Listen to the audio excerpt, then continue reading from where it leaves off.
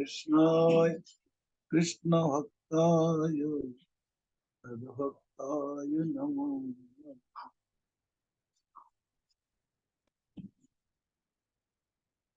कृष्ण लीला भागवती कहे विदुव्यास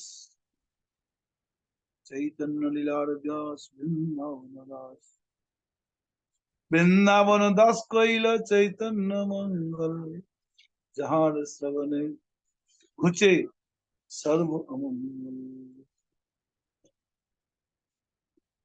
अतएव कली जुगे नाम यज्ञ सार आर कुन धर्म कोइले नाही होय पार। रात्रि दिन नाम लय खाइते सुइते ताहार महिमा वेदे नाही। सुनो मिश्र कली जुगे नाही तपो यज्ञ जेहि जन कृष्ण भजे तार महाभक्त। साध्य साधन तत्व जे किछु सकल हरिनाम संकीर्तन मिलिबे सकल। साधिते साधिते वे प्रेमांकुर हवे साध्य साधन तत्व जनिबासी हवे। अब भगवान चैतन्य महाप्रभु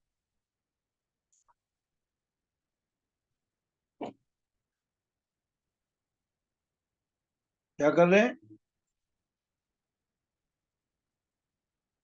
सुबह उठ करके स्नान गंगा जी में जाकर स्नान किया,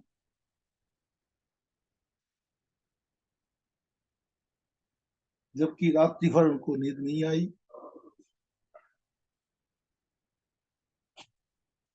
कृष्ण चिंता में, कृष्ण प्रेम में रात्रि भर कृष्ण कृष्ण बोल करके भजन करते रहे। और सुबह होते ही गंगा स्नान किया, गंगा स्नान करके फिर आए विद्यार्थियों के साथ में।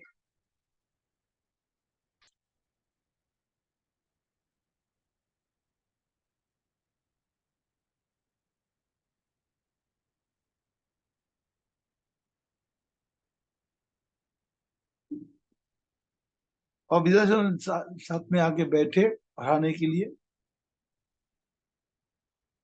लेकिन क्या हुआ, कृष्ण बिना ठाकुरे नाई से वदने परुआ सकल यहाँ किचुई ना।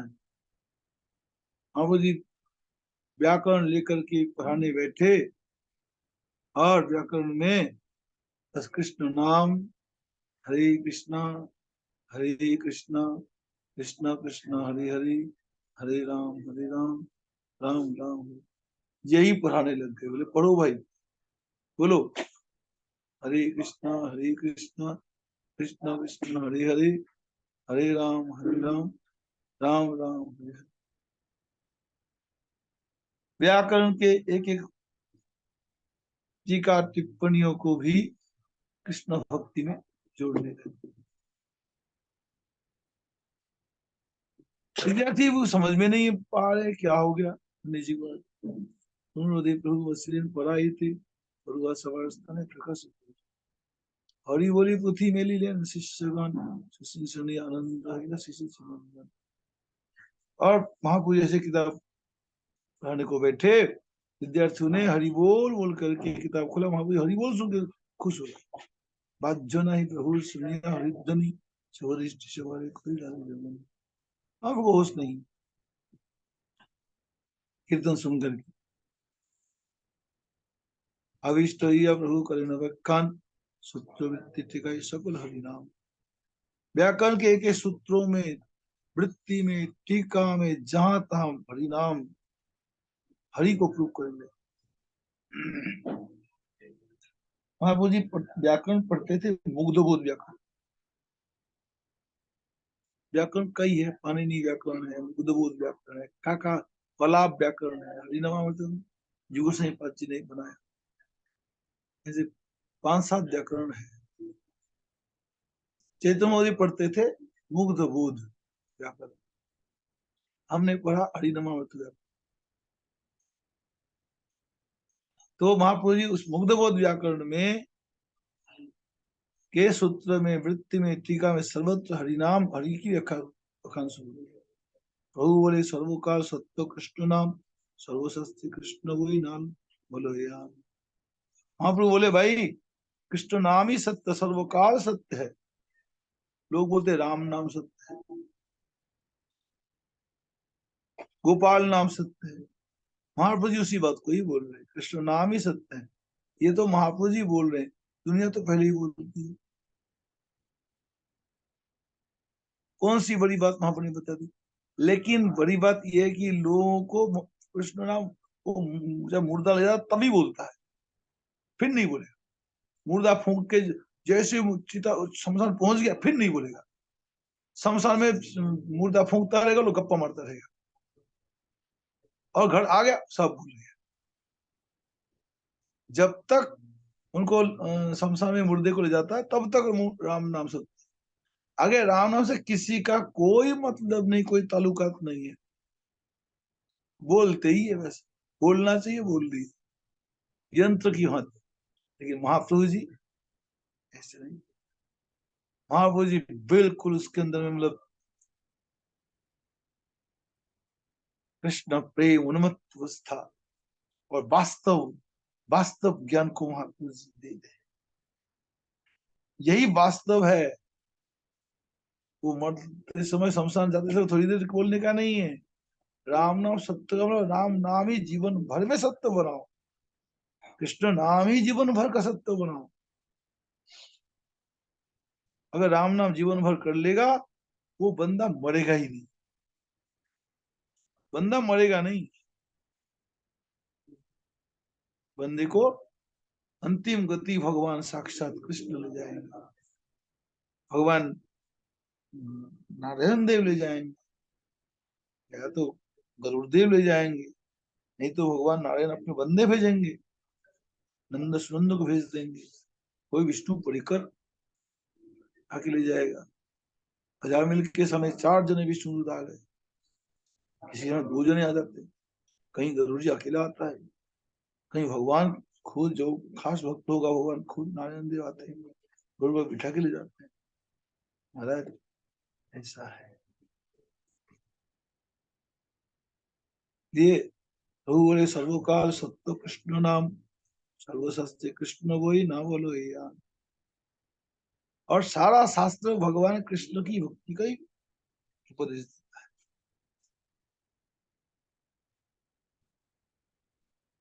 चाहे शिव पुराण हो चाहे देवी भागवत हो, मार्कंड पुराण, शिव पुराण के अंदर भी भगवान कृष्ण की महिमा सर्वोपरि है। शिव जी की महिमा बोला जरूर है, लेकिन उसके अंदर में भगवान कृष्ण को सर्वोपरि रखा है।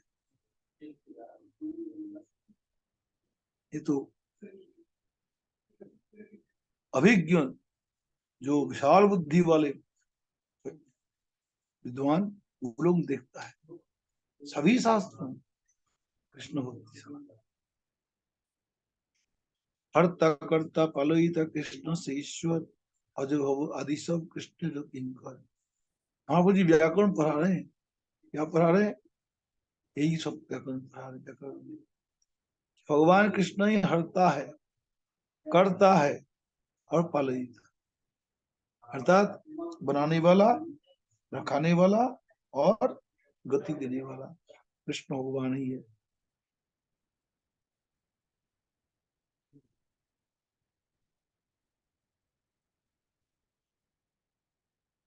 अजय भवो, अज किसका नाम है? अज, अज नाम है ब्रह्मा जी का, और भव किसका नाम है? शिव जी का। अज भव,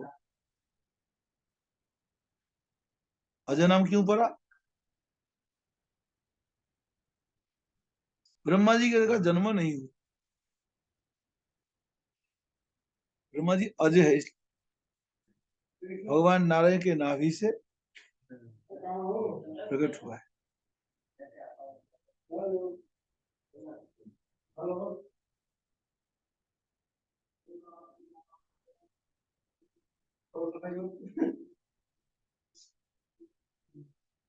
भव, अज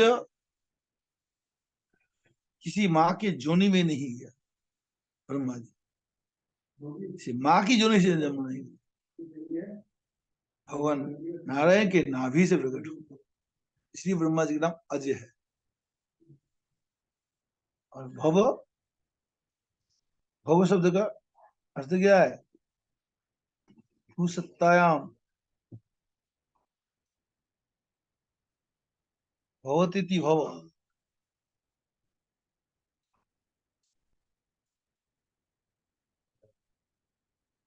शिव जी महाराज जी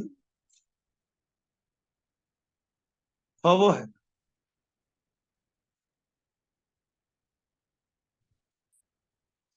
शिव जी महाराज जी हमेशा रहते, जो सदाशिव है उनका शुरू समाप्ति नहीं। वो वैकुंठ में, उनका एक वैकुंठ है, एक वैकुंठ का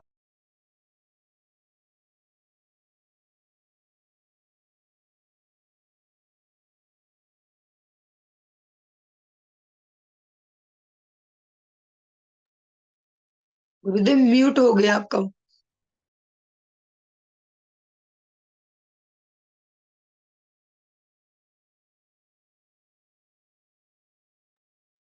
गुरुदेव माइक ऑफ हो गया आपका, माइक ऑफ हो गया आपका। ठीक है, उनका मृत्यु नहीं है, लेकिन वो भी भगवान कृष्ण के किंकर है, सेवक।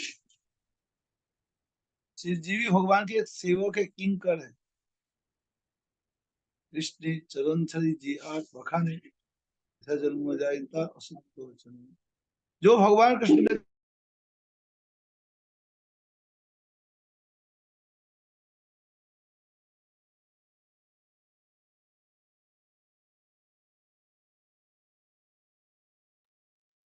माइक म्यूट हो गया गुरुदेव, फिर से आपका।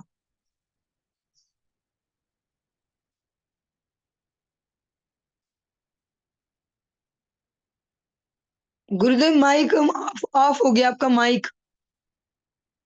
हरे कृष्णा।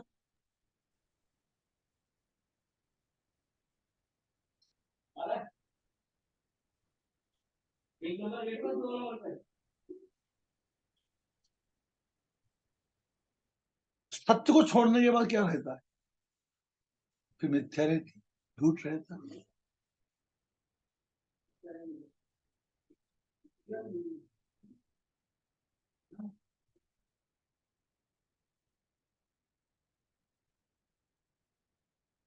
आज जितने जितने नास्तिक संप्रदाय, ये लोग भगवान कृष्ण को नहीं मानते, कृष्ण भक्ति नहीं करते, वो क्या है? सब झूठ बकवास करने वाले।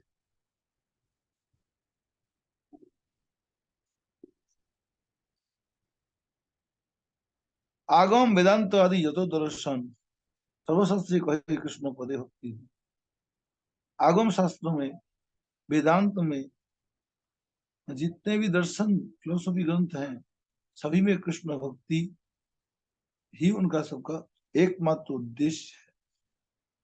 मुग्ध सो अध्यापक कृष्ण मयाई चार्य कृष्ण भक्ति पन्ना पतेगा। किंतु भगवान की माया मुग्ध पंडित, माया मुग्ध महाराज, विद्वान, सब कृष्ण को छोड़ के अनाप शनाप व्याख्यान, अनाप शनाप संप्रदाय बनाने लोगों को मिसगाइड, लोगों को नास्तिक माना है, खुद भी नास्तिक लोग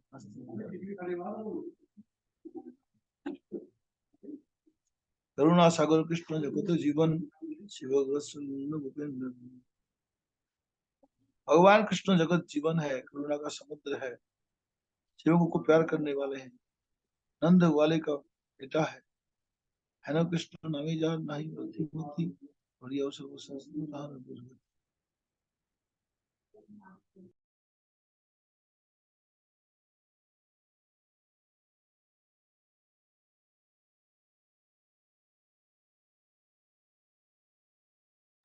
राधा रानी की। हरे कृष्ण। गुरुदेव आपका माइक म्यूट हो गया है।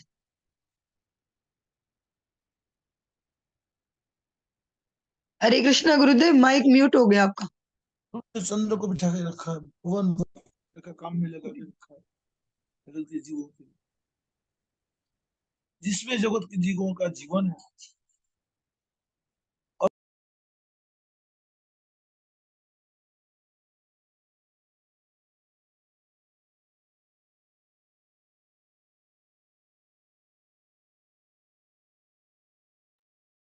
माइक म्यूट हो जा रहा है गुरुदेव फिर से। माइक ऑफ हो गया गुरुदेव आपका, भगवान ऑन हो गया। भगवान जीवन है, एक्चुअली भगवान ही जीवन है, और जीवन है ही नहीं। करुणा सागर है, दया समुद्र है, और वो निराकार नहीं। वो नंद गोपेर नंदन, नंद महाराज का बेटा है, मतलब ये साकार है, हर एक भक्त को कृपा करने वाला नंद महाराज घर में उनका बेटा है, तुम्हारे बीच में एकदम से। वो शून्य नहीं है, वो ज्योति नहीं है, वो निरंकार नहीं है, वो अखंड जरूर है, वो अखंड है, लेकिन वो विरुद्ध धर्माश्रय है। अखंड है किंतु विरुद्ध धर्म है उसमें। क्या विरुद्ध धर्म है? वो अखंड होते हुए भी वो नंद महाराज के घर में लीला कर रहे हैं,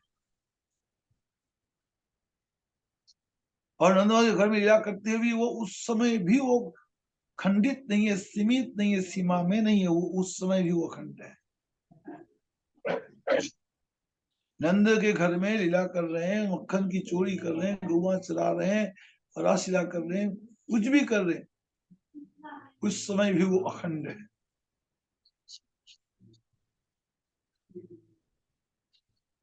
और हर एक से मिलने जुलने वाले हैं। वो तुम्हारा भी बेटा बनने वाला है, नंद को ग्वाले का बेटा हो, तुम्हारा भी बेटा होने वाला है, तुम्हारे इतने नजदीक में आने वाला है। वो शून्य नहीं, निराकार नहीं, निर्विशेष नहीं, वो ज्योति नहीं, ज्योतिषांत ज्योति, उन्हीं की ज्योति सारे ब्रह्म ज्योति के रूप में फैला हुआ है, उन्हीं की ज्योति। आज पूरे विश्व में इतनी चेतना, चेतन शक्ति जीवात्मा है, सब उसी भगवान कृष्ण की ज्योति है, वो ब्रह्म ज्योति है। जितने जीवात्मा सब ब्रह्म ज्योति का एक कण है, विश्व उनका, उनकी ज्योति है, उनकी ज्योति सारा विश्व उद्भासित हुआ है। आज विश्व जो कुछ है वो भगवान की ज्योति से। जितना लाइट से, वो फालतू लाइट नहीं है, एकदम कारगर लाइट है।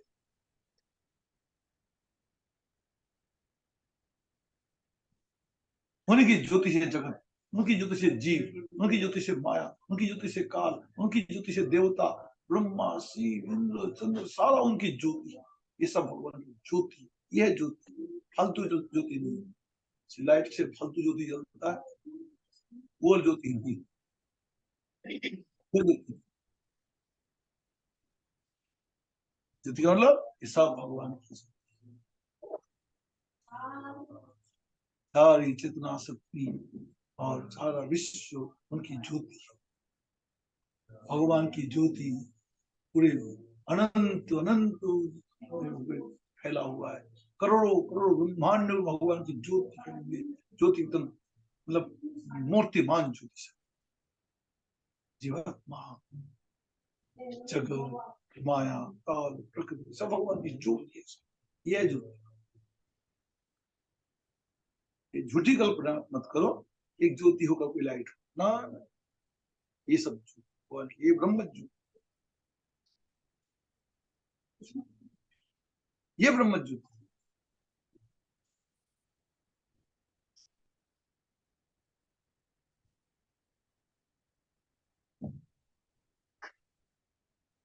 ज्योति मूर्तिमान है। इन ज्योति के अल्ट्रासाउंड करके भीतर चले जाओ, जाते जाओ, ये सब का कार्य कृष्ण से सारी ज्योति निष्कासित हो, अनंत कोटि ब्रह्मांड असंख्य जीव, ये सब भगवान की ज्योति है। ये जो ब्रह्म ब्रह्म ज्योति है, ब्रह्म कोई अलग तक वस्तु नहीं है। ये जड़ जगत में जो भगवान की सत्ता, ये ब्रह्म ज्योति, यही ब्रह्म है।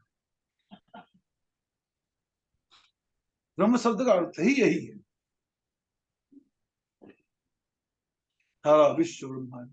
इसलिए मैं कई मायावादी से, सन्यासी से बात कर किया, वो कहते हम लोगों को साधना के जब टॉप मोस्ट में पहुंचूंगा, सिद्धि अवस्था में, हमें कोई वैकुंठ नहीं होता है। कहीं ना वैकुंठ है, कहीं ना गोलोक है, ना स्वर्ग है, सब मिथ्या कल्पना है। ये अखंड ब्रह्म है, ये ब्रह्म सब समान है, विशेषता ही है ना। कहीं स्वर्ग वैकुंठ गोलोक कुछ नहीं होता, वह ब्रह्म निर्विशेष, सब एक है। हमने हमें सिद्धि प्राप्त नहीं, ब्रह्म में मिल जाना। वो लोग ऐसा बोलते हैं, बिल्कुल ठीक ही बोलते हैं। मतलब ब्रह्म ज्योति में, ब्रह्म ज्योति मतलब इसी बोलते माइक तत्व में मिल जाएगा। मिल करके क्या करेगा? मिल करके तो मुक्ति तो मिलती नहीं। इसी प्रकार से वो आज की उसकी आत्मा की एक प्रकार से क्या बोलते हैं, जन्म मरण का बंधन खत्म हो जाता है, और आत्मा की स्थिति इसी प्रकार से माया प्रपंच में भटकती है।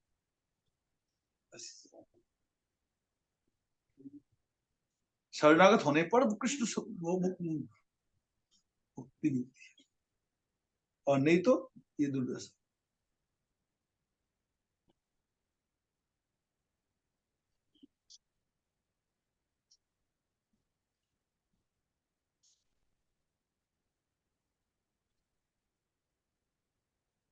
इसमें कोई जन्म मरण का बंधन नहीं रहेगा।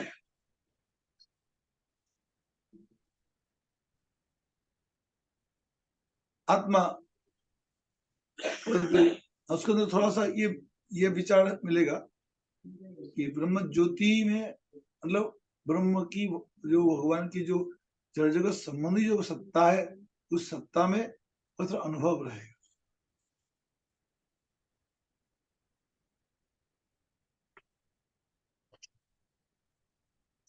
थोड़ा सा प्लस पॉइंट है।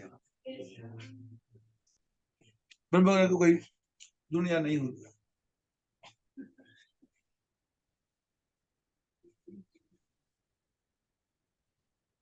तो सेवक वत्सल नंद गोपेर नंद, वो नंद गोप का नंदन है, वो सबसे मिलने जुलने वाला है। तुम्हारा भी बेटा हो सकता है, तुम्हारा भी पति हो सकता है, तुम्हारा भी सखा बन सकता है, तुम्हारे प्रभु बन सकता है, हर एक को बन सकता है। वो नंद गोपेर नंदन कहने का। लेकिन नंद महाराज के यहाँ जो भगवान कृष्ण लीला करते हैं, उसमें भगवान की भगवत्ता परिपूर्ण मात्रा में हुआ, परिपूर्ण मात्रा में भगवान की भगवत्ता, दया, कृपा, सौंदर्य, माधुर्य, लीला, भगवत्ता, ऐश्वर्य, बीज परिपूर्ण मात्रा में होती है। नंद गोपी नंदन होगा तू, तुमको मेरा बेटा बने, तुम्हारे पास जो भगवान बेटा बनेगा, बन सकता भगवान तो बनेगा, किंतु वहां पर भगवान इतना भगवान का प्रकाश नहीं, भगवान इतना प्रकाश नहीं होगा, भगवान का सामान्य प्रकाश होगा, उसे तुम्हें निहाल कर देगा, लेकिन उसके द्वारा विश्व में विश्ववासी को वो आनंद नहीं मिलेगा। मीरा का कृष्ण और राधा का कृष्ण दोनों में फर्क है। मीरा के कृष्ण में वो माधुर्य जो भगवत्ता में नहीं है, जो माधुर्य जो भगवत्ता राधा के कृष्ण में है। इसी प्रकार तुम्हारा जो कृष्ण है और नंद का जो कृष्ण है, जमीन आसमान का फर्क है। तुम्हारा कृष्ण सिंपल होगा, वो ज्यादा काम नहीं करेगा। नंद कृष्ण अनंत ब्रह्मांड का संचालक है, सौंदर्य माधुर्य के द्वारा सारे विश्व को मोहन करने वाला है।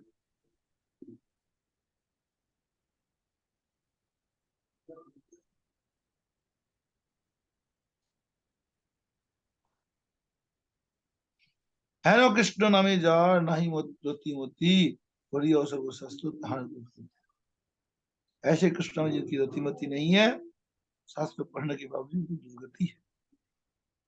दरिद्र अधम यदि लय कृष्ण नाम सर्वदोष थकी लोग जाए कृष्ण। दरिद्र पापी भी कृष्ण नाम लेने पर कितना ही बड़ा पापी हो वो भी भगवत धाम। यही मत सुपर शास्त्र अभिप्राय, ऐसे सारे शास्त्र अभिप्राय है।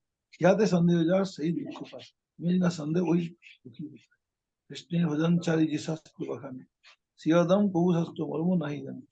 भगवान कृष्ण के भजन छोड़ के जो शास्त्र को व्याख्या करता है वो अधम है, शास्त्र नहीं जानता। गर्द वेर प्राय जन शास्त्र वही मरे थोड़ी असुनी लोग गलत छा दिखा शास्त्र ना जाने मर्म अध्यापना करे गर्द वेर प्राय जन शास्त्र वही मरे थोड़ी असुनी लोग गलत छा दिखा कृष्ण महामहोत्सव वंचिलता। पढ़ सुन के लोग क्या होगा, छाड़खाड़ हो जाएगा, छाड़खाड़ मतलब बर्बाद हो जाएगा। कृष्ण महामहोत्सव में नहीं पहुंच पाए। बड़ा एमए पढ़ लिया, एमफिल कर लिया, एमए बीएड कर लिया, एमटेक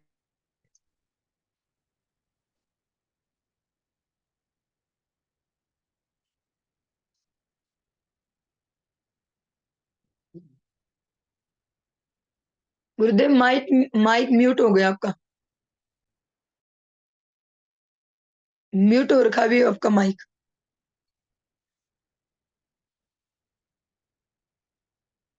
हरे कृष्ण गुरुदेव, माइक ऑफ हो गया आपका। ये सब लिखने पढ़ने से कुछ नहीं होता। लिखने पढ़ने के साथ भक्ति करना पड़ता है। दिखाई पढ़ने के साथ हरिभोजन नहीं किया, दिखाई पड़े व्यर्थ का है। क्या बोला, गर्दभे का गधे की तरह पूजा ढूंढने वाला है। शास्त्र वही मोदी, शास्त्र को ढो ढो के मानने वाला है, वही फायदा। ये शास्त्र के रहस्य को जानना पड़ेगा। शास्त्र के रहस्य जानने के लिए कृष्ण नाम करना पड़ेगा, कृष्ण भक्त की संगति करनी पड़ेगी, कृष्ण भक्त का अनुगत्य करना पड़ेगा, तब कहीं शास्त्र का मर्म समझ पाए। इस प्रकार से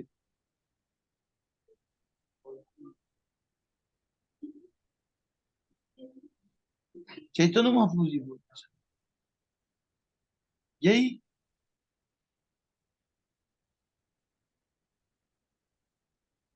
महाप्रभु का सिद्धांत है। ये महाप्रभु का ही नहीं, सारे शास्त्रों का यह है सिद्धांत। थॉट, फिलॉसफी,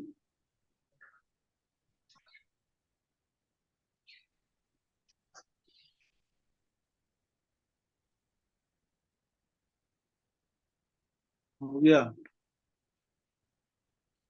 इस प्रकार से चैतन्य महाप्रभु जी अब विद्यालय में ये विद्या पढ़ा रहे हैं विद्यार्थी, ये वास्तव विद्या है। यही प्रभु कोयला मुक्ति दान है ना, कृष्ण सही लोग कोई अन्य ध्यान। जिस कृष्ण ने पुतना को मुक्ति दी, मारने वाली को, और उस भगवान को छोड़ के लोग कितने बड़े पापी है, उस भगवान कृष्ण को छोड़ के और किसी की पूजा करता है और कहीं विषय में जगह फंसता है। बोलो हरे कृष्ण। मेरा समय हो गया, यहीं तक करो, प्रीति रानी शुरू कर दो। दंडोत प्रदक्षिणा। हरे गुरवे कृष्ण। गारुचन्द्राय राधिकाये तदालये कृष्णाय कृष्णभक्ताय तद्भक्ताय नमो नमः। कृपया क्षमताम् अपराधिजनम् कलुषायुतसक्तसुदीनरम् सुपथे परिचालय सर्वदिनम् प्रणमामि च माधवदेव पदम्। तव कृपाकर्ण अमार संबल, तव कृपा बिने नहीं अन्य बल। कृपाकार प्रभु दिया चिदाबल दास तो मां प्रणमाय दास तो प्रणमाय। सर्वप्रथम भगवान के अभिन्न प्रकाश विग्रह श्री गुरुपाद पद्म पूज्य पात्र दंडी स्वामी भक्ति प्रसाद विष्णु गोसाई हृदय महाराज के पावन श्री चरण कमलों में असंख्य कोटि दंडवत ज्ञापित करते हुए उनकी अहेतु की कृपा प्रार्थना करती हूँ। वे अपनी कृपा वर्षण करें जिससे निज कर्ता अभिमान भाव को छोड़कर एकमात्र उनकी वाणी के वाहक के रूप में अपना परिचय दे सकूं। परम गुरुदेव नित्य लीला पृष्ठ भक्ति रहित माधव गोसाई महाराज परमेष्टि गुरुदेव जगत गुरु भक्ति सिद्धांत सरस्वती गोसाई ठाकुर प्रभुपाद व समस्त गुरु परंपरा जय युक्त हो। श्रीमन नित्यानंद प्रभु श्री गौर हरि वृंदावन बिहारी श्री राधा गोपीनाथ भगवान जय युक्त हो। आज हम इस प्रातःकालीन कक्षा में श्रवण करेंगे श्रीमद् भागवतम के अंतर्गत प्रथम स्कंध अध्याय 12 12 नंबर जो अध्याय है और 30 नंबर श्लोक। ओम नमो भगवते वासुदेवाय ओम नमो भगवते वासुदेवाय ओम नमो भगवते वासुदेवाय। तस्य प्रीतमना राजा विप्रैर्धौम्य कृपादिभिः जातकं कारयामास वाचयित्वा च मंगलम्। महाराज परीक्षित के जन्म से अत्यंत संतुष्ट हुए राजा युधिष्ठिर ने जात संस्कार करवाया। धौम्य कृप इत्यादि विद्वान ब्राह्मणों ने शुभ स्तोत्रों का पाठ किया।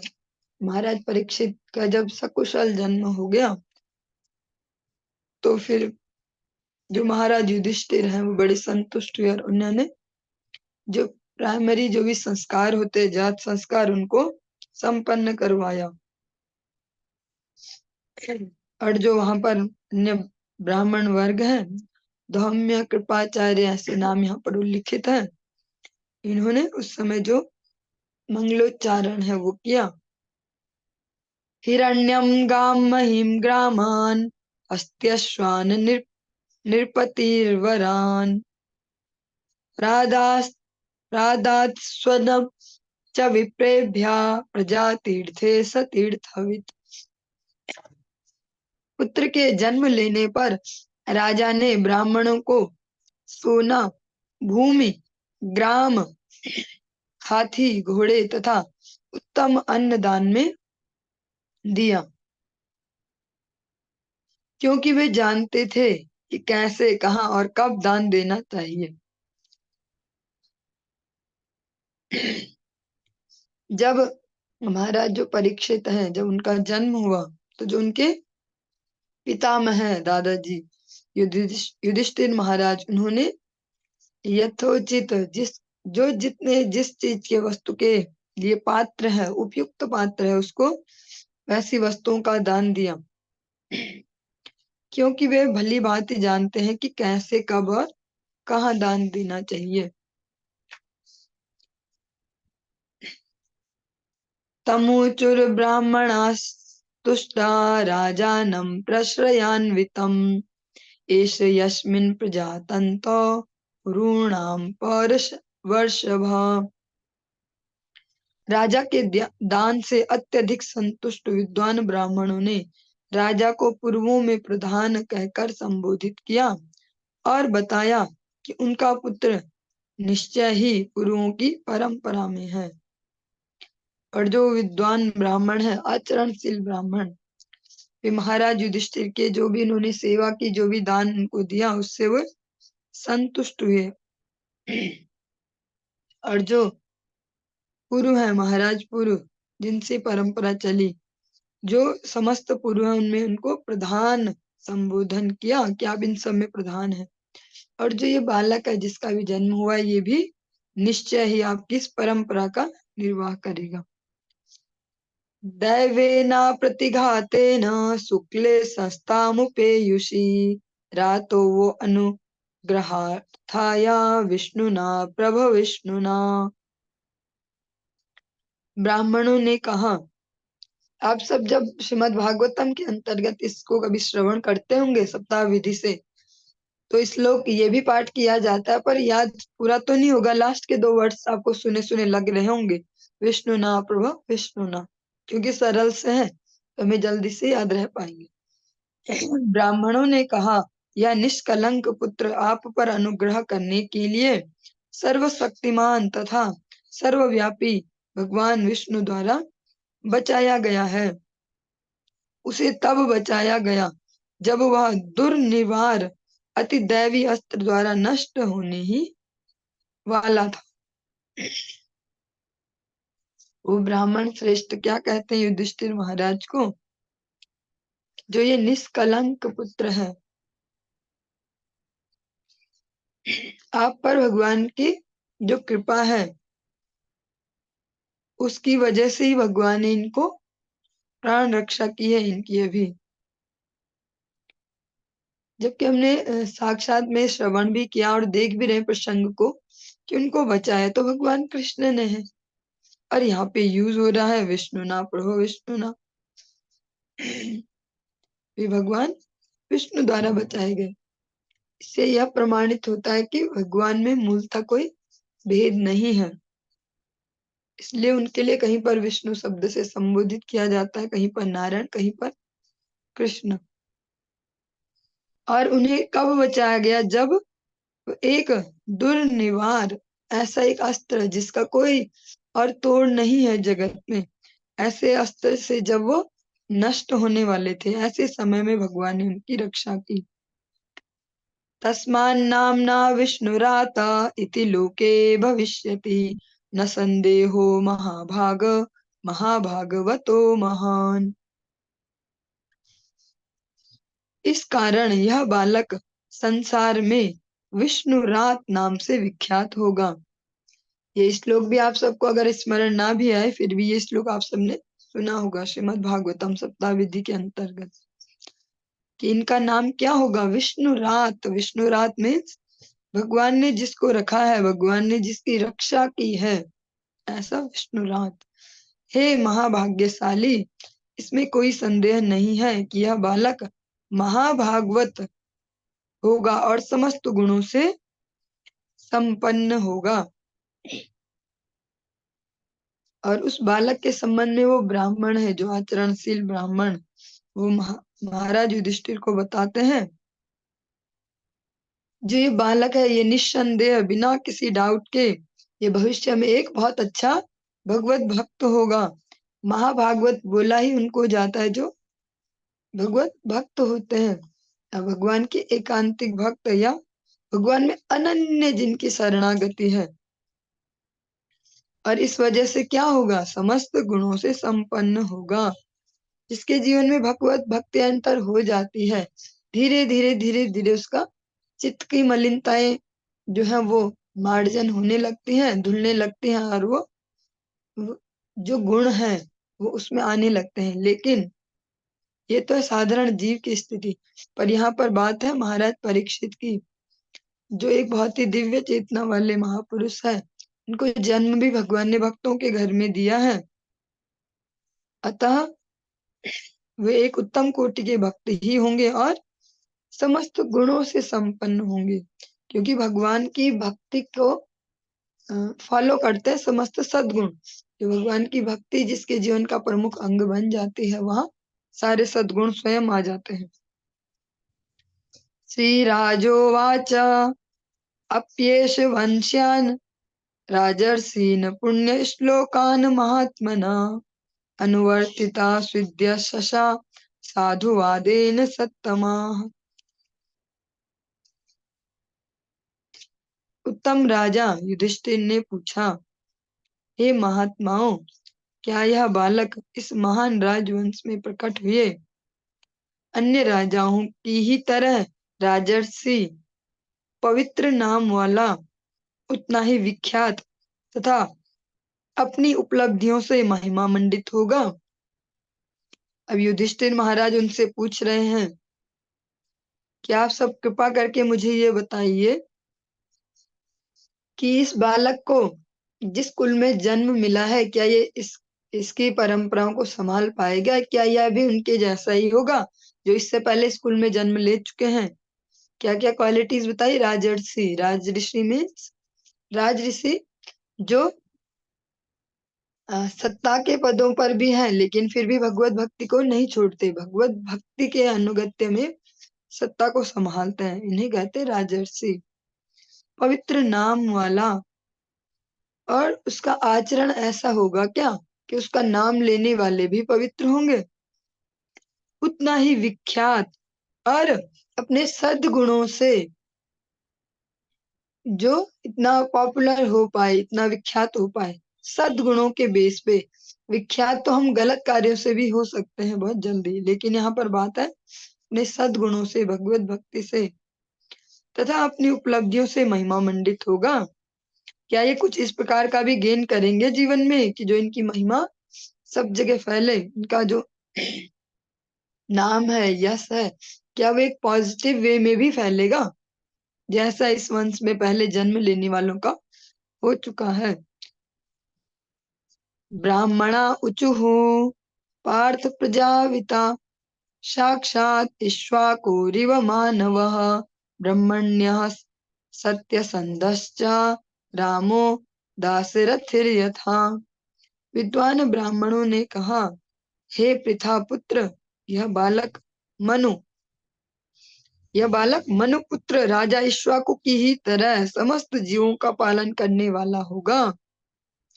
और जहां तक ब्राह्मणीय सिद्धांतों के पालन की बात है, विशेष रूप से अपने वचन का पालन करने में यह महाराज दशरथ के पुत्र भगवान राम जैसा दृढ़ प्रतिज्ञ होगा। जो युधिष्ठिर महाराज के मन में संदेह है या जो प्रश्न है, उसको यहाँ पर समन कर रहे हैं वो ब्राह्मण। कहते हैं कि हे पृथा पुत्र, पृथा नाम है कुंती महारानी का एक नाम है पृथा, इसलिए उन्हें संबोधित कर रहे हैं पृथा पुत्र। और उन्हें सेटिस्फाइड कर रहे हैं या उन्हें सांत्वना दे रहे हैं इस प्रकार से कि जो ये बच्चा, आपको इसके लिए ज्यादा चिंतित नहीं होना, क्योंकि यह जो मनु महाराज के जो पुत्र है इक्ष्वाकु, उनके जैसा ही अपनी प्रजा का पालन करेगा। और जहां तक बोल सकते हैं एथिक्स की, कि सिद्धांतवादी होगा कि नहीं, सिद्धांतों के लिए इसके जीवन में स्थान होगा कि नहीं, उस विषय में भी आप ज्यादा टेंशन मत लीजिए, क्योंकि यह सिद्धांतों में भी सुनिपुण होगा, सिद्धांतों के पालन में।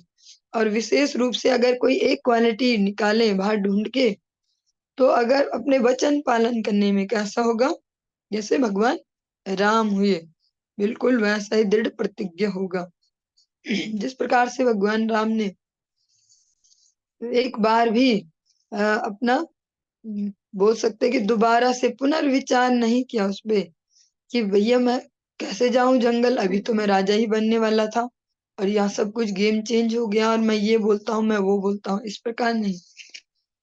उन्होंने जो अपने हर व्यक्ति का, इसमें ये समझ सकते हैं सबका स्वभाव अलग अलग होता है ना, सारे लोग एक जैसे नहीं होते हैं।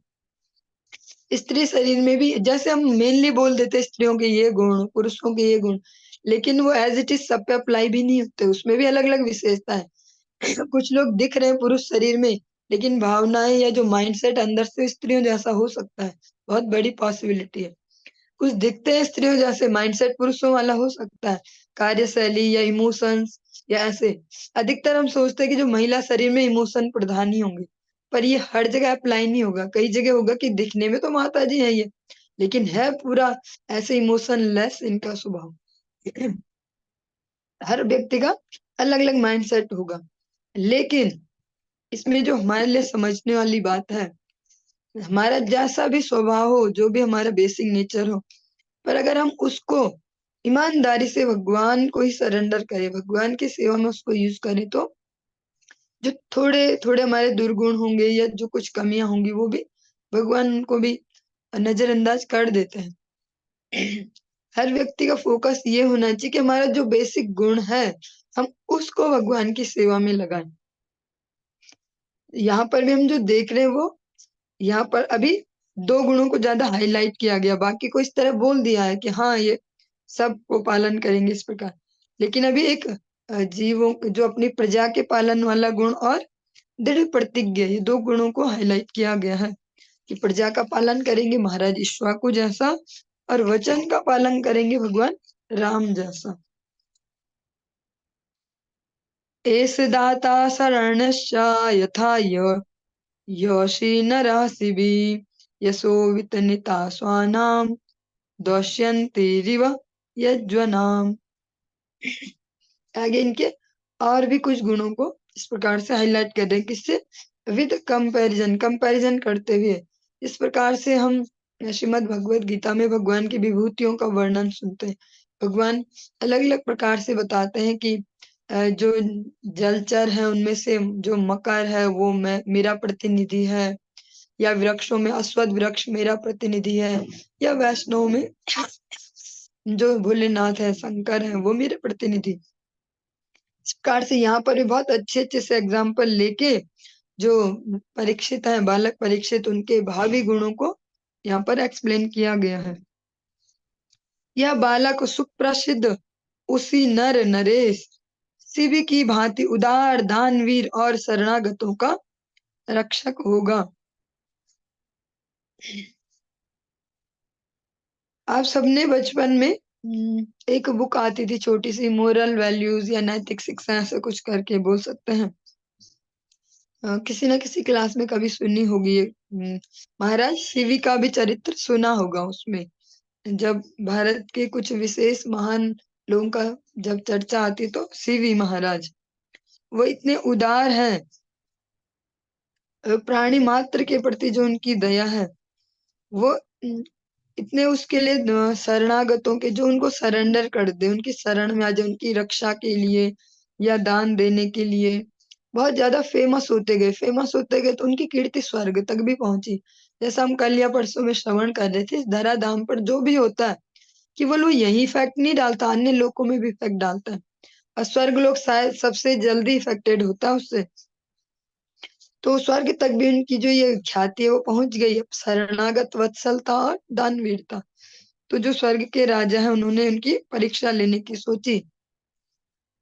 सबसे अनसेफ जो बोल सकते हैं, सबसे अनसेफ यही गद्दी है। वैसे हमें यहाँ से लगता है कि बहुत बड़ी पोस्ट है ये तो, स्वर्ग के राजा, लेकिन सबसे ज्यादा भय वही है, कब गद्दी छिन जाए, कब गद्दी छिन जाए। तो वो बाज का रूप धारण करते हैं, और जो अग्निदेव हैं उनको वो कबूतर का रूप धारण करते हैं, और दोनों दोनों कबूतर के पीछे बाघ भागे जा रहा है, बाज, और जो वो कबूतर वो आके राजा शिवी, महाराज शिवी की गोद में बैठ जाता है कि बस मैं आपके सरेंडर हूं, मैं अब आप ही मेरी रक्षा करो। बोल तो कुछ नहीं पाएगा पर भाव से यही है। लेकिन पीछे से बाज भी आ गया, बाज भी यही कह रहा है कि भैया ये तो मेरा भोजन है। जो महाराज शिवी है अब वो समझ पा रहे हैं, जैसे हम कई बार बोलते हैं ना, एक तो सो कॉल्ड हो गया कि हम आध्यात्मिकता को सो कॉल्ड तरीके से लें, लेकिन प्रैक्टिकली समझ पाए उस चीज को क्या है ये। ऐसे ही जो महाराज शिवी, अब उनके पास कंट्राडिक्शन हो गया, एक तो गोद में जो बैठा है वो चाह रहा मेरी रक्षा हो, जो खाने के लिए आ रहा वो उसको ही खाता, उसका वो भोजन है, तब उन्हें क्या करना चाहिए। इस प्रकार से देवता भी परीक्षा लेते हैं, जो भगवत भक्त होते हैं उनकी परीक्षा, उनका प्रारब्ध ही नहीं आता उनके आगे, बल्कि देवता भी उनकी परीक्षा लेने आते हैं। इसलिए बहुत ही सेंसिटिव मैटर है ये, इसको हम आध्यात्मिकता बोलते हैं, या कहते हैं कि भगवत धाम वापस जाने की प्रोसेस बहुत सेंसिटिव है ये, इतनी सरल है नहीं जितनी हमें लगती है। सरल हो जाती है वो हरि गुरु वैष्णव अनुगत्य में, क्योंकि अनुगत्य से सरल हो जाती है हर चीज। जो महाराज शिवी हैं अब वो सोच रहे कि अब क्या करूं, क्या करना चाहिए। अब जो देवराज इंद्र है बाज बन के आए हैं, वो सोच रहे हैं अब फंसा बेटा, अब देखते हैं अब क्या करते हो, डिसीजन क्या लेते हो। तो क्या करते हैं, पहले तो बाज से बोलते कि इसको छोड़ दे भाई, कोई और पकड़ ले, ऐसे ये मेरे पास आ गया कि नहीं। तो फिर जो महाराज शिवी हैं उन्होंने उनसे थोड़ी बातचीत की, कुछ ऐसे इस प्रकार का लेन देन कुछ बात बात हुई, बोला कि जो ये कबूतर है ना इसके वेट के बराबर मेरा ही मांस ले लो, मेरा मांस इसके वेट के बराबर ले लो, तुम्हारा भी पेट भर जाएगा, इसकी भी रक्षा हो जाएगी। जो भगवत भक्त होते हैं इसीलिए कहा जाता कृष्ण भक्त बड़ चतुर। वो प्रैक्टिकली समझ पाते हैं किस सीन में कैसे, किस सीन को कैसे हैंडल करना है। इसीलिए आप जब लोग ध्यान दें, बार बार लगातार कक्षा में इसको ही बोला जाता है कि इसको सो कॉल्ड धार्मिकता नहीं लेना है, हमें गुरु पदाश्रय को इसको समझना है। ये बहुत ही प्रैक्टिकल विज्ञान है, बहुत ही प्रैक्टिकल साइंस है। डिसीजन मेकिंग इससे हमारी बड़ी स्ट्रांग होती है। लाइफ की कौन सी सीन में कब क्या सीन है, क्या सेंसिटिविटी में क्या डिसीजन मेकिंग करनी। जितना हम भगवत भक्ति में सिंसियर होते जाएंगे, डिसीजन मेकिंग उतनी अच्छी होती जाएगी। जो हमारे प्रारब्ध से हमें परिस्थितियां मिली हैं उन्हें हम चेंज नहीं कर सकते। बाहर से कोई दिखता होगा कि ये बहुत अच्छा भक्त है, और होगा भी बहुत अच्छा भक्त, पर ये नहीं बोल सकते कि इसका सब सेट है। वो वही जानता है जो उस सीन में है। लेकिन जितना उसकी भगवान में शरणागति होगी, वो ये समझ पाएगा कि ये मेरा प्रारब्ध है, मुझे हैंडल करना है, और फिर उसमें बड़ी चतुराई से उसमें सॉल्यूशन ढूंढ लेगा। तुम्हारा शिविर अपने शरीर के मांस को काट काट काट काट काट कर वहां पर रखते जा रहे हैं। एक तराजू में एक तरफ कबूतर है, एक तरफ अपना मांस रखते जा रहे हैं। लेकिन जो वो कबूतर है उसमें एक वहां पर एक ट्विस्ट आ गया। कबूतर हमेशा हैवी है वो, जबकि उसको तो थोड़े 2-4 पीस मांस के रखने से ही, एक मनुष्य का मांस अगर कुछ थोड़ा भी रखेंगे तो हो जाना चाहिए बराबर, लेकिन वो हो नहीं रहा। ऐसा करते करते करते अब राजा सोचा मैं क्या करूं। और फिर उनकी समझ में कुछ आ नहीं रहा कि क्या किया जाए, ये कबूतर इतना भारी कैसे हो रहा। फाइनली वो खुद ही तराजू पे बैठ गए कि मैं पूरा ही बैठ जाता हूँ, जिससे कि वेट पूरा बैलेंस हो जाए। तब जाके जो देवता है वो संतुष्ट हो पाए। फिर उन्होंने अपनी अपनी पहचान बताई और अपने स्वरूपों में आके जो राजा को फिर आशीर्वाद भी दिया। तो भगवत भक्ति में जब लगेंगे तो ऐसा नहीं बोल सकते कि बस पहले दिन से सब सेट हो जाए। सब सेट होने के लिए ये जगत बना ही नहीं है। इस जगत की सेटिंग ही ऐसे की गई है कि यहाँ सब सेट ना हो पाए। तो जब हम इसको स्मरण में रखेंगे, और जो भी हम अपना ये हिस्ट्री सुनते हैं, इतिहास जिनको हम ये सुन रहे हैं, हिस्ट्री वो नहीं जो स्कूलिंग में हिस्ट्री पढ़ाई जाती। हिस्ट्री मीन्स तुम्हारा वास्तविक इतिहास। इससे पहले कैसे कैसे व्यक्ति हुए इस धराधाम पे, कैसे कैसे भगवत भक्त हुए, उनके जीवन में कब कौन सी सीन आई। आप किसी भी भक्त का जब नाम सुनेंगे तो साथ में उससे जुड़ी बहुत बहुत ऐसी अजीबो गरीब कंडीशन भी सुनेंगे। फिर जब हम इन प्रसंगों को सुनेंगे तो हम प्रैक्टिकली रिलेट कर पाएंगे अपने जीवन के साथ। वरना लगेगा आध्यात्मिकता तो कुछ और होती है और जिंदगी कुछ और है। फिर परेशान रहेंगे कि सोच ऐसी जिंदगी है, काश ऐसा न होता तो काश ऐसा होता। अगर लेकिन हम इन इतिहासों को सुनेंगे तो ये काश वाली सीन नहीं आएगी। समझ पाएंगे सबके जीवन में ही होता है। आप गुरुदेव से भी कई बार सुनते हैं कि जो विपत्ति है वो बोल सकते हैं तो भक्तों के लिए एक मौका है, और जो अन्यों के लिए विपत्ति है वो भक्तों के लिए अपॉर्चुनिटी है कि वे उसको कैसे हैंडल करते हैं, और भगवान उसके माध्यम से उनका यश ही बढ़ाना चाहते हैं। फिर इन इतिहासों को, इन चरित्रों को सुनने से हमारी जो भगवत निष्ठा है तो वो बढ़ेगी, और हैंडल टैकलिंग की जो प्रोसेस है वो थोड़ी इम्प्रूव होती जाएगी। तो यहाँ पर ये ब्राह्मण कहते हैं कि जो उदारता है ना और शरणागत वत्सलता, वो होगी महाराज शिवी जैसी। यह अपने कुल के नाम तथा यश को उसी तरह फैला देगा जिस तरह महाराज दुष्यंत के पुत्र भरत ने किया था। और जो आप बोल रहे हो कि जिस कुल में इसने जन्म लिया है वैसा होगा कि नहीं उन लोगों जैसा, जैसे पहले हुए हैं इसमें पूर्व पुरुष उसके फोर फादर्स, तो इस बारे में आप बिल्कुल निश्चिंत हो जाइए। ये अपने कुल के नाम को और अपने जो यश है इसको कैसे, किस प्रकार से इसको फैलाएगा, वो जैसे महाराज दुष्यंत के पुत्र राजा भरत ने किया था। भरत महाराज ने इस प्रकार से कार्य किए कि इस जो ये क्षेत्र है जिसको आज भारतवर्ष कहते हैं, उनके नाम से उसका नाम ही भारतवर्ष हो गया। इस प्रकार से ब्राह्मण उनके सद्गुणों को बताकर उन्हें सेटिस्फाइड करने का भी प्रयास कर रहे हैं, सांत्वना दे रहे हैं कि आप इसके बारे में ज्यादा चिंतित न हो। और वैसे भी हम किसी भी जीव के बारे में ज्यादा कभी भी कुछ भी सेट नहीं कर सकते कि इसका सब ऐसा ही होगा। जिस प्रकार से हम अलग अलग रोल्स में होते हैं, जो भी हमारे रिलेशंस है, हम एक्सपेक्ट करते हैं, किसी के लिए इमेजिन करते हैं काश ये ऐसा हो जाए, काश।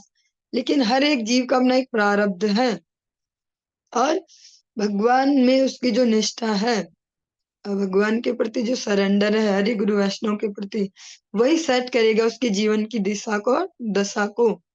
तो हम किसी की कोई मदद अगर करना भी चाहते हैं तो वो यही है कि उसको ये इनके इन प्रकार प्रेम से या जिस प्रकार से भी भगवत नाम से, भगवत जनों से जोड़े। इसके अतिरिक्त और कोई ऐसे लाइफ इंश्योरेंस या इंश्योरेंस का कोई और तरीका है नहीं। हम कभी किसी के लिए कुछ भी सेट नहीं कर सकते। चलिए, आज की कक्षा को यहीं पर ही विराम देंगे और आगे हम इस टॉपिक को आगे कल कंटिन्यू करेंगे। हरे